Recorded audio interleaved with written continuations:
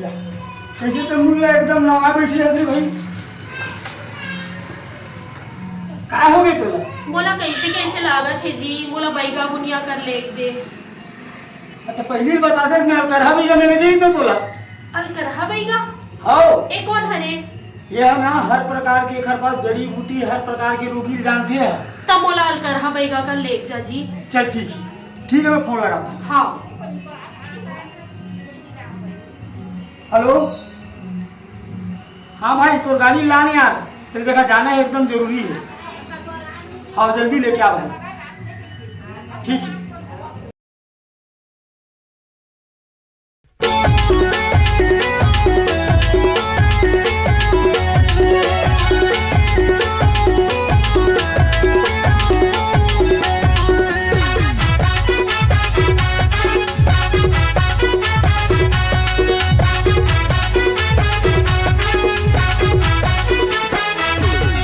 हल कर हावई गया वो बाई मंत्र मार दे हूँ लिंबू भार के। हल कर हावई गया वो बाई आना बैठना गोड़ लमा के। तोला कर है अब्बड़ कसर जड़ी बूटी दे हूँ ता कर ही असर। तोला कर है अब्बड़ कसर जड़ी बूटी दे हूँ ता कर ही असर। आना बैठना गोड़ लमा के। हल कर हावई गया मंत्र मार देना लिंबू भार के। हल कर हावई गया लेते बैठे हम गोला मार के। कैसे अटियासी लागत है बैगा, कैसे जमहासी लागत है गा। कैसे अटियासी लागत है बैगा, कैसे जमहासी लागत है गा। मंत्र मार देना लिंबू भार के। ऐसे मंत्र मारू ना वो तो सब पीरा रोम रोम के कट जाही वो। हल कर हावई गया वो बाई मंत्र मार दे हूँ लिंबू भार के। हल कर हावई गया वो बाई आना बैठना गोड़ लमा के।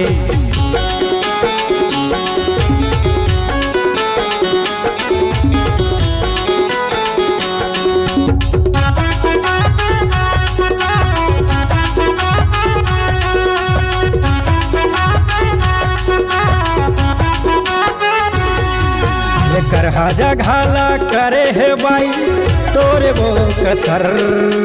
देख के मन तारो मारल दे बाई करबे कोनो फिकर।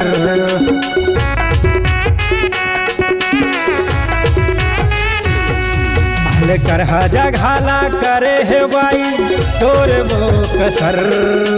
देख के मन तारो मारल दे बाई करबे कोनो फिकर। देख के मन तारो मारल दे बाई करबे कोनो फिकर। तोला करे है अब्बड़ कसर जड़ी बूटी देहूँ ता कर ही असर। तोला करे है अब्बड़ कसर जड़ी बूटी देहूँ ता कर ही असर। आना बैठना गुड़ला लमा के। हल कर हावई गया मंत्र मार देना लिंबू भार के। हल कर हावई गया लेते बैठे हम गोला मार के।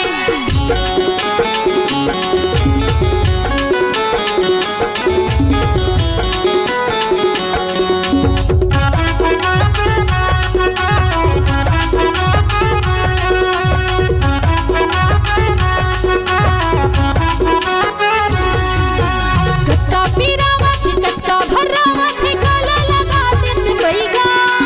हीराला मोर मढ़ा देबे बैगा तभी तू हो तोला कुकरा। हीराला मोर मढ़ा देबे बैगा तभी तू हो तोला कुकरा।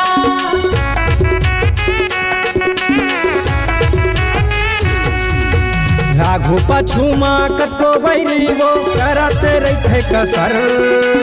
मैल कर हावई गया बाई वो लिंबू कर ही वो असर। मैल कर हावई गया बाई वो लिंबू कर ही वो असर। तोला करे है अब्बड़ कसर जड़ी बूटी देहूँ ता कर ही असर।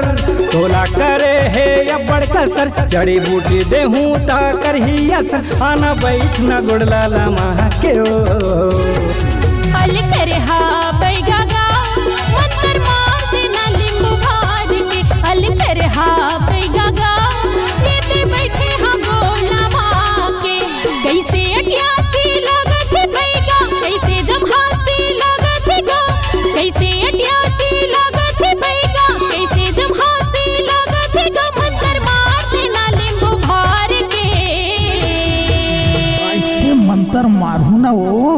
तो सब पीरा रोम रोम के कट जाही वो। हल कर हावै गया वो बाई अंतर मार दे हूँ लींबू भार के। हल कर हावै गया मंतर मार देना लींबू भार के। हल कर हावै गया वो बाई अंतर मार दे हूँ लींबू भार के। हल कर हावै गया